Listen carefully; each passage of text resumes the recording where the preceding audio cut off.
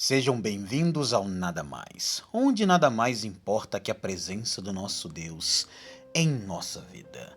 Desde já convido você que está aí do outro lado a se inscrever, deixar o seu like, compartilhar com pelo menos 10 pessoas e abra o seu coração para receber mais uma mensagem poderosa diretamente do trono de Deus para abençoar a sua vida. E o soberano Deus vai falar conosco com texto base no livro de Lucas capítulo 9, verso 23, que diz bem assim: E dizia a todos, aqui é Jesus Cristo, se alguém quer vir após mim, negue-se a si mesmo e tome cada dia a sua cruz e siga-me. Aqui Jesus está dizendo uma coisa: quer segui-lo? Pega a sua cruz e vai atrás dele. Vá do jeito que você está, vá com pecado mesmo, vá com medo mesmo e deixe que no caminho ele vai tirando a sua cruz, ele vai trocando o seu fardo, vai te dando um fardo leve. Amém. Como eu falei no vídeo anterior, falei sobre Paulo. Paulo tinha tudo para dar errado, mas Paulo foi usado por Deus. Na sua primeira pregação, Paulo foi apedrejado, quase morreu e mesmo assim, depois que ele acordou, ele levantou, bateu a poeira do corpo e foi.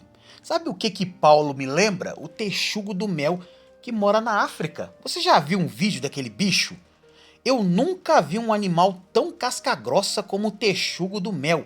Ele é mordido por mambas africanas, ele é chutado por elefantes, ele é um bichinho que tem 40 ou 50 centímetros de comprimento, mas o bicho é brabíssimo. Ele é tão casca-grossa, mas tão casca-grossa que ele vai nas abelhas e come mel com abelha e tudo. Sabe por quê? A pele dele é muito grossa e elástica. Já cansei de ver vídeos na internet onde uma mamba ataca ele e ele desmaia. Fica ali 1 hora, 2, meia hora inconsciente. Daqui a pouco, sabe o que ele faz? Ele levanta e ativa ali o seu sistema respiratório. Ele começa a sentir o cheiro e vai atrás da bendita da cobra que o ataca. Ele vai, luta com ela e a devora depois. Eu fiquei assim pensando, falei, gente, o apóstolo Paulo é um texugo do mel da África, é praticamente a mesma coisa. Paulo foi escorraçado, foi pisado, foi apedrejado. Paulo foi tudo, mas mesmo assim ele tomou a cruz dele e ó, foi. Aí eu te falo, você também é apedrejado? Você também passa dificuldades? Você é mal interpretado no seu trabalho, na sua roda de amigos, na sua família? Não te preocupes. Tome a tua cruz e siga Cristo Jesus. Amém. Tome a tua cruz e siga a Cristo. É só isso que você tem que fazer. É só isto que eu tenho que fazer. É só isto que nós temos que fazer. Vão se levantar contra nós? Claro. O que tem?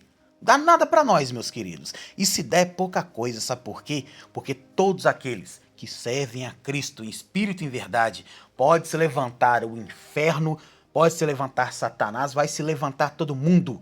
Em todas as coisas, nós somos mais que vencedores, porque Cristo Jesus nos garante a vitória. No Evangelho de Mateus, capítulo 16, verso 24, está escrito: Então Jesus disse a seus discípulos: Se alguém quiser vir após mim, renuncie-se a si mesmo, tome a sua cruz e siga-me. Se você for analisar a fundo esta passagem, voltar ali alguns versículos antes, Jesus tinha 70 discípulos que foram de 2 em 2, 3 em 3, 4 em 4, em cidade pregar o evangelho. Porém, quando ele disse isso, 70 diminuiu para 12, só para você entender. De 70 diminuiu para 12, 58 pularam fora e 12 ficaram. Desses 12, havia o traidor no meio, que era Judas. Havia Pedro, que iria renunciá-lo. E olha que Pedro era praticamente o braço direito inteiro de Cristo naquele tempo. Pedro foi o primeiro discípulo a ser convertido, e no dia que desceu sobre a igreja primitiva que estava reunido em torno de 120 pessoas lá em Atos capítulo 2, quem foi o primeiro a levantar e a chamar a atenção daqueles que estavam zoando, falando que o povo estava bêbado às 9 da manhã? Pedro virou e falou: opa, pera aí, meus queridos, não tem ninguém bêbado aqui não, são 9 da manhã, ou como está escrito também, é a terceira hora do dia. A primeira hora do dia era contado assim: de 6 às 7, 7 às 8, 8 às 9. Ou seja, Pedro chamou a atenção daqueles mais de 3.000 homens que estavam ali em Jerusalém orando, porque era chegado o tempo da oração. E Pedro chamou a atenção de todos. E aqueles homens viram que eles pisaram na bola e perguntaram para Pedro: meu querido Pedro, como é que a gente faz para a gente aceitar esse Cristo? Como é que a gente faz para se arrepender do que a gente fez? E Pedro vira e fala: simples, se arrependam dos vossos caminhos tortuosos, creem que Cristo Jesus salva e Ele vai salvar vocês e a sua casa, se houver arrependimento. E todos aqueles ali que eram mais de 5.000, não 3.000, mas 5.000, todos se arrependeram. E aí você pode me perguntar: mas não eram 10? Podia ser apenas um. A palavra de Deus fala que quando uma pessoa se arrepende dos seus maus caminhos e aceita Cristo Jesus, no céu há uma festa. Imagina, se uma pessoa, o céu faz uma festa, imagine 5.000, 10.000. Um país, uma nação, como aconteceu lá no livro de Jonas. Jonas foi pregar em Nínive e toda a cidade de Nínive aceitou a Deus. Aí você me pergunta, por que o nome de Cristo não era falado naquela época e por que o Espírito Santo não era falado naquela época? Imagine a situação. Naquela época, no Antigo Testamento, haviam vários e vários deuses. Então, Deus, Jesus e o Espírito Santo, para se apresentar ao povo como uma única pessoa, era chamado de Jeová ou Yahvé, como está escrito em algumas traduções. Entendeu, meu querido? Foi só Jonas pregar para uma cidade inteira que adorava a uma deusa marítima que eles aceitaram a Cristo Jesus. Detalhe, Jonas chegou diante do rei de Nínive com cheiro de peixe, com a cara de quem passou 3 dias dentro do ventre de um grande peixe. Agora imagina, restos ali de, sei lá, lagosta, camarão, seja o que for. Imagina o cheiro que Jonas estava. Já parou para imaginar? Pois é. Agora você vê, o cara chegou, deu testemunho, o rei de Nínive falou a seguinte coisa: ó, vamos rasgar as nossas vestes, vamos vestir saco de pano e vamos pedir a Deus para nos libertar e nos salvar, porque todos nós estamos errados. E mesmo assim Jonas ainda questionou Deus, queria que a cidade fosse destruída. E Deus falou com ele: ó, a minha graça já basta.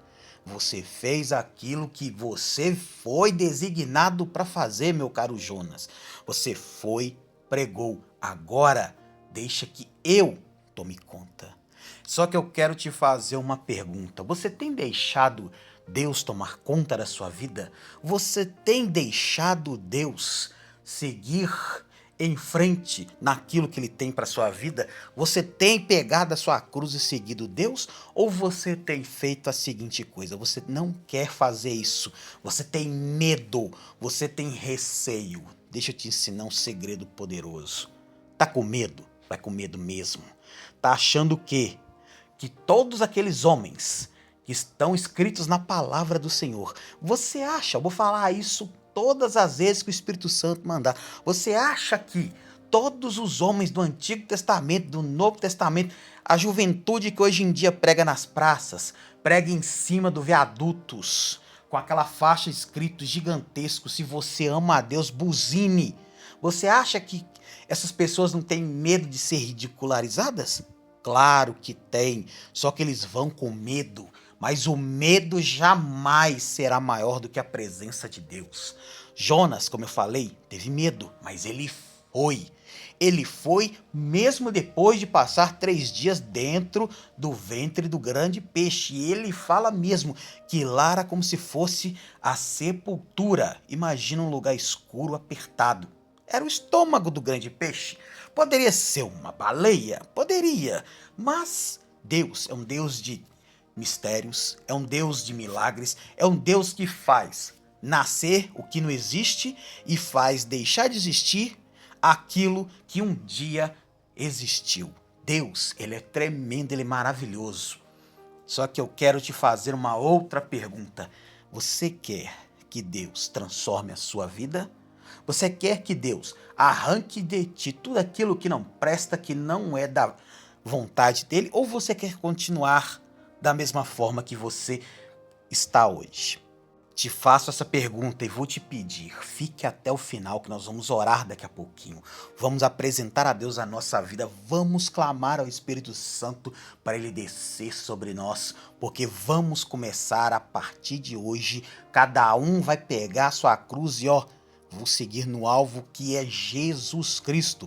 As coisas velhas já passaram e tudo se fez novo. Mas você pode me perguntar, eu tenho que largar a minha vida de casado? Não. Eu tenho que largar meu emprego? Não. Eu tenho que fazer tudo o que eu tenho que fazer porque Deus pediu? Sim. Se Deus falou, sai do emprego, vai empreender, faça porque ele é contigo.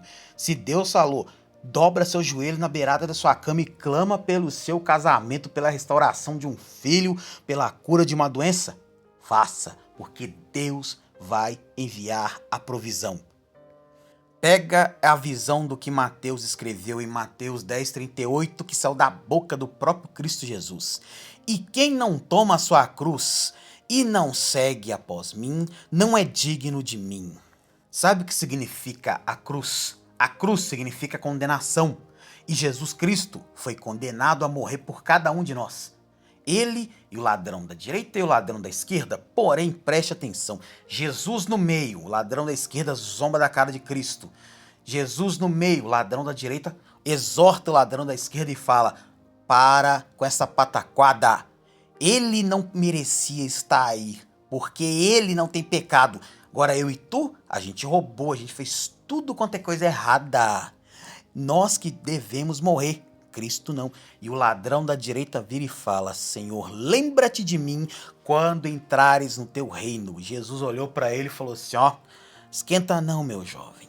Hoje ainda você vai estar comigo no paraíso. Sabe o que aconteceu com o ladrão que estava na esquerda?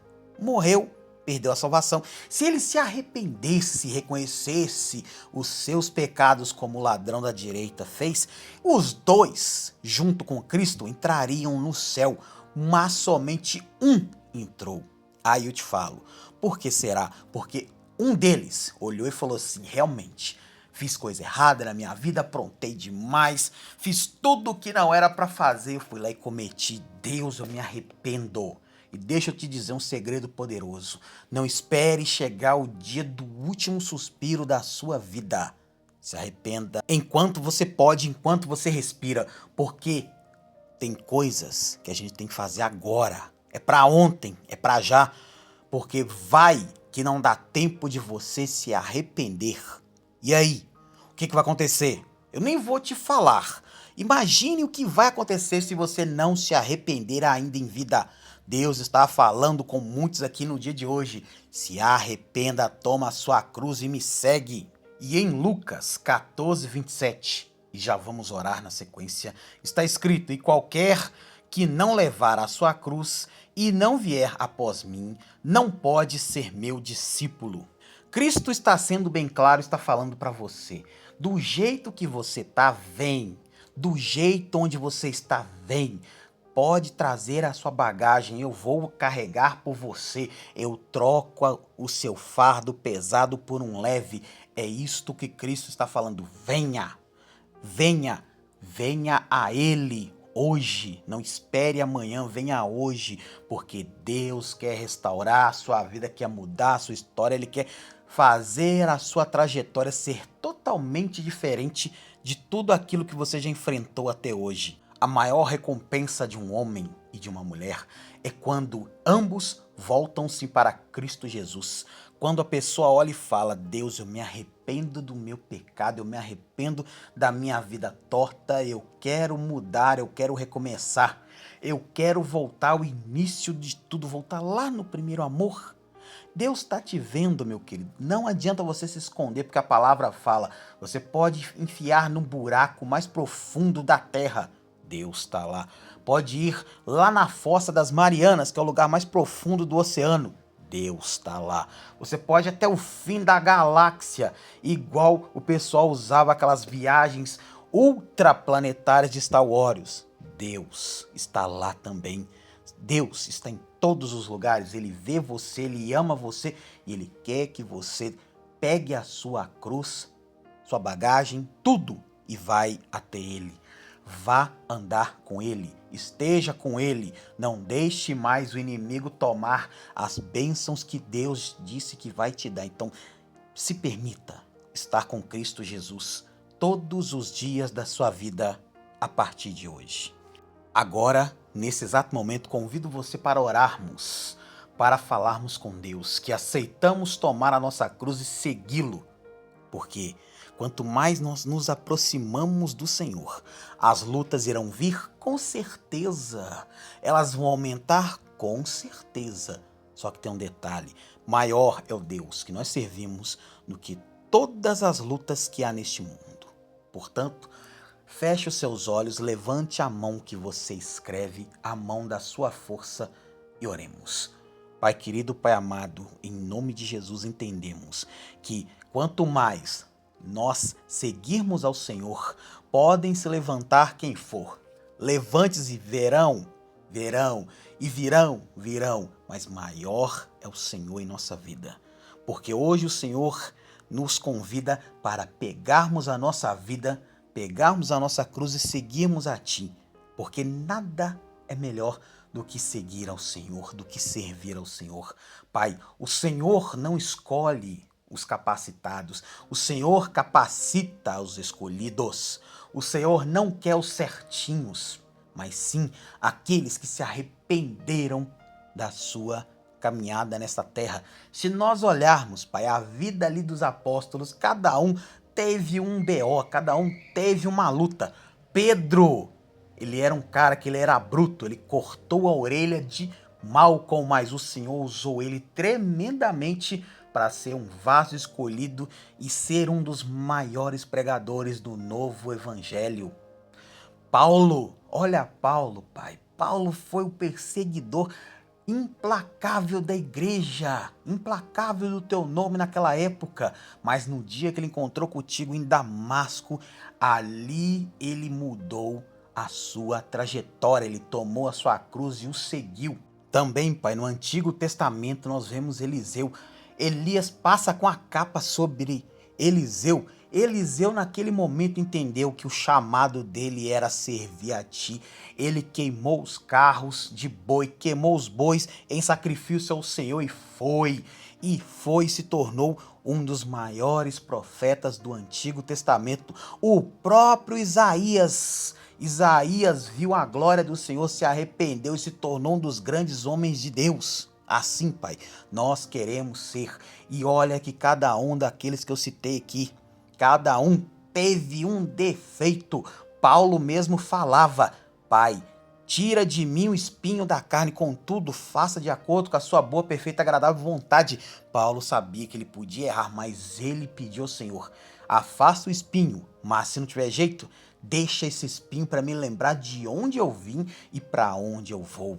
Portanto, Pai, que assim seja em nós também, em o nome de Jesus Cristo. Sim, Pai, tomamos a nossa cruz hoje e seguimos ao Senhor, em espírito e em verdade. Em nome de Jesus Cristo, amém e graças a Deus. E se você foi impactado com esta palavra poderosa, peço a Ti que se inscreva neste canal, curta, comenta, compartilha, deixa aí o seu like, envie para 10 pessoas e seja um instrumento nas mãos do Senhor, porque através do seu testemunho, através do seu compartilhamento, o reino de Deus será propagado na terra e mais pessoas irão reconhecer que o Senhor é Deus, tanto na sua vida quanto na vida delas. Amém?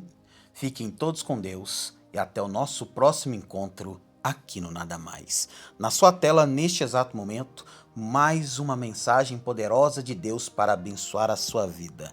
Clica nele e receba ainda mais direcionamentos poderosos direto do trono de Deus.